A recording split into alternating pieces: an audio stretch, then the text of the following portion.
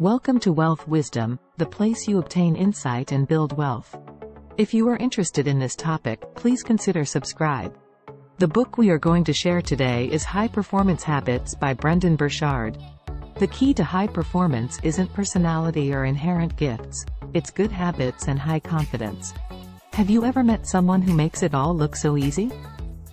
Maybe she's earned multiple degrees while working 2 jobs, all without breaking a sweat. Or maybe he's the kind of guy with a Midas touch, and every project he tackles turns into a smashing success. Chances are they're what's known as a high performer. The author, Brendon Burchard, has conducted one of the biggest studies on high performance in history, examining people from over 190 countries to understand exactly how they achieve their long-term success. He concluded that gender, race, age and personality traits have very little to do with high performance. What really matters are certain key habits, like keeping yourself physically fit. In other words, it's not who you are, but rather what you do that's important. The author also discovered that these habits didn't form by accident. High performers took them on deliberately. Now, don't confuse these habits with life hacks, or some simple, magical changes that take zero effort to implement. High performers outperform their peers because they consciously and consistently practice these habits.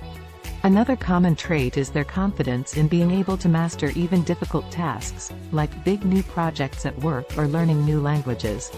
Again, this isn't an inherent trait, it's an earned confidence achieved through diligent practice. This is good news for you, as it means you too can gain this confidence through practice. With continued practice, you'll gain more knowledge, master more skills, and your confidence will grow, making it easier to keep learning and growing. This loop of continual growth and self-improvement is the hallmark of high performance. So far, so good, right?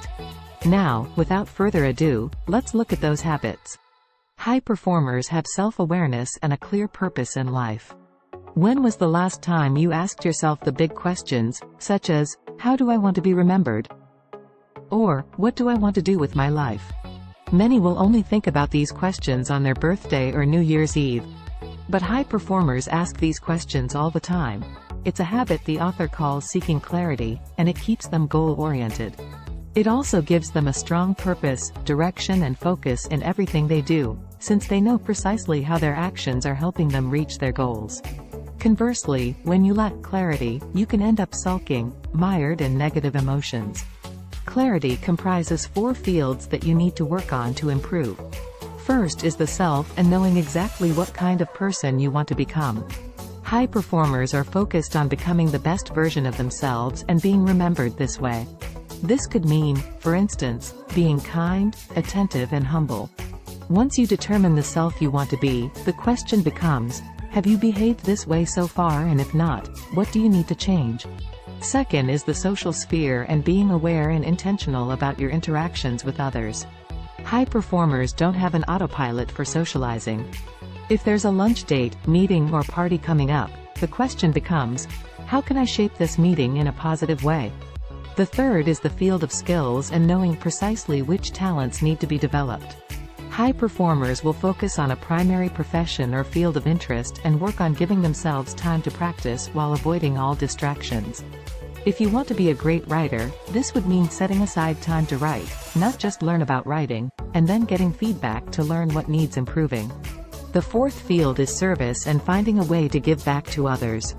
High performers excel at working on behalf of others and not just themselves. Doing so helps motivate them while also endowing them with a passionate drive and granting meaning to their work. The question to ask here would be, who needs me? High performers have a positive outlook on life and are physically and mentally fit. If you were to list the habits you imagine a successful CEO might have, you might think of efficient scheduling and the ability to keep distractions to a minimum. But you might not think of exercise. People often associate CEOs with mental fitness, but research shows that they're also physically fit, and their energy levels tend to be similar to those of professional athletes. The author calls the second habit generating energy, and it's key to maintaining a high performance level. Neuroscientists have found that regular exercise increases the production of new neurons in the areas of your brain that are related to learning and memory. Exercise also improves mood and reduces stress, all of which adds up to greatly enhanced leadership performance. But everyone knows that exercise is good for you, right? High performers stand out because they make routine exercise a habit and stick to it, while underperformers are great at coming up with excuses to avoid working out. As for generating mental energy, this is achieved by having a positive outlook on life. Data shows high performers are more cheerful and positive than their peers, even though their personal and professional lives are no less difficult and troubled. They continually and intentionally focus on the good while avoiding getting mired in negative thinking. And the research suggests that this positive thinking directly relates to high performers leading happier emotional lives and having more mental energy. To get yourself into the habit of positive thinking, take a moment each morning to ask yourself what you have to look forward to in the day ahead. Maybe you're meeting an old friend for lunch or celebrating a coworker's birthday. Keep in mind that this isn't just about staying in a good mood. Neuroscientists believe that anticipating positive events releases as much dopamine, the hormone associated with happiness, as experiencing the event itself. In this way, having a positive outlook is a very powerful tool since you get twice the joy, both in anticipation of the event and again when it actually happens. High performers use inner and outer expectations to stay motivated. Let's imagine two runners about to start a race, waiting for the starting pistol to go off. Both have a similar track record, and each has put in the same amount of training. But there's one difference. One racer is thinking about the personal glory of winning, while the other is thinking, I have to win this for my mother. Who's going to win? Probably the latter. That's because raising the stakes improves performance. The author calls this third habit raising necessity. High performers will bring an extra urgency to the work they're doing, usually in the form of an outside obligation that is added to their own internal desires. This provides them with more motivation and increases their likelihood of success. Underperformers, on the other hand, will rely solely on their own desire to succeed. This makes their success a preferable outcome, but not a necessary one. So, to put this into practice, you first need to set a high standard for yourself. Remember, you want to master your craft, so don't settle for simple and easily achievable goals. Now, you'll also want to attach your personal goal to an external obligation so that a positive outcome will also benefit someone else in your life. If your local charity will gain exposure and a massive windfall of donations as a result of your project's success, you'll likely work twice as hard to ensure it comes together. Another high performer habit for raising the stakes is simply to share your goal with a lot of people. Outside expectations are created, and the act of voicing your goal out loud can increase its importance. No one wants to fail publicly, so the more people you tell, the more committed you'll feel. When the author set a goal to create an online video course on personal development, he not only told his friends and family about it, he also invited them to be the first to try it out and offer feedback. So his closest social circle was both aware and looking forward to him completing this project, and these expectations all but guaranteed that Burchard would meet his deadline. High performers avoid distractions and are smart with their deadlines. It's terrible to always feel busy and run down, yet still not getting enough done. This is a clear sign that there's an imbalance between the energy you're spending and the results you're seeing. This brings us to the fourth habit of high performance. Increasing productivity, which you can do by learning how to separate the important work from the unimportant work. This way, you only spend energy on the tasks that really matter. It's common for underperformers to pay a lot of attention to small tasks that make them feel productive in the short run but add up to very little in the long run.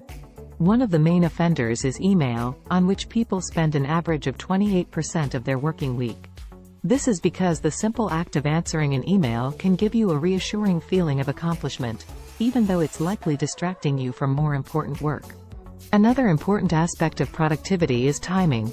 Data shows that underperformers are over 3 times more likely to fall into a false deadline trap, which means that they set a deadline that's not strictly enforced. Knowing that the due date is preferable, not a must, you won't feel any motivation to meet it. In short, you'll be unproductive. But high performers are great at planning, which means creating clear and challenging deadlines and goals. Having a visible finish line ahead of you is a great way to maintain focus, fight distraction and keep your energy levels up. And data shows that a person with a clear and challenging goal will always outperform someone with no strict deadline. Big projects that are carried out over long periods of time can be especially challenging, especially when it comes to staying focused and keeping the momentum going.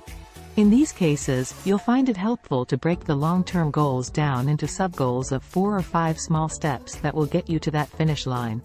This way you can stay focused and move forward, even when there are months or years still to go. High performers are appreciative, giving and aware of what others need to succeed. There's a popular notion that it's lonely at the top, meaning that once you reach the highest rung of the professional ladder, there will be no one around with whom to share your achievement. But this isn't the case for high performers, as the research shows them to be quite capable of establishing meaningful and lasting connections with their peers. High performers are appreciative and giving people who aren't afraid to also challenge those they work with and expect the same from others. In 2016, the American Psychological Association's Work and Well-Being Survey revealed that only half of the workers in the United States feel valued and recognized by their superiors. High-performing managers wouldn't stand for this. In his study, Burchard found high performers routinely praising and cheering on their staff. They're also more likely to notice and appreciate good work. High performers were found to have a giving mindset, the fifth habit.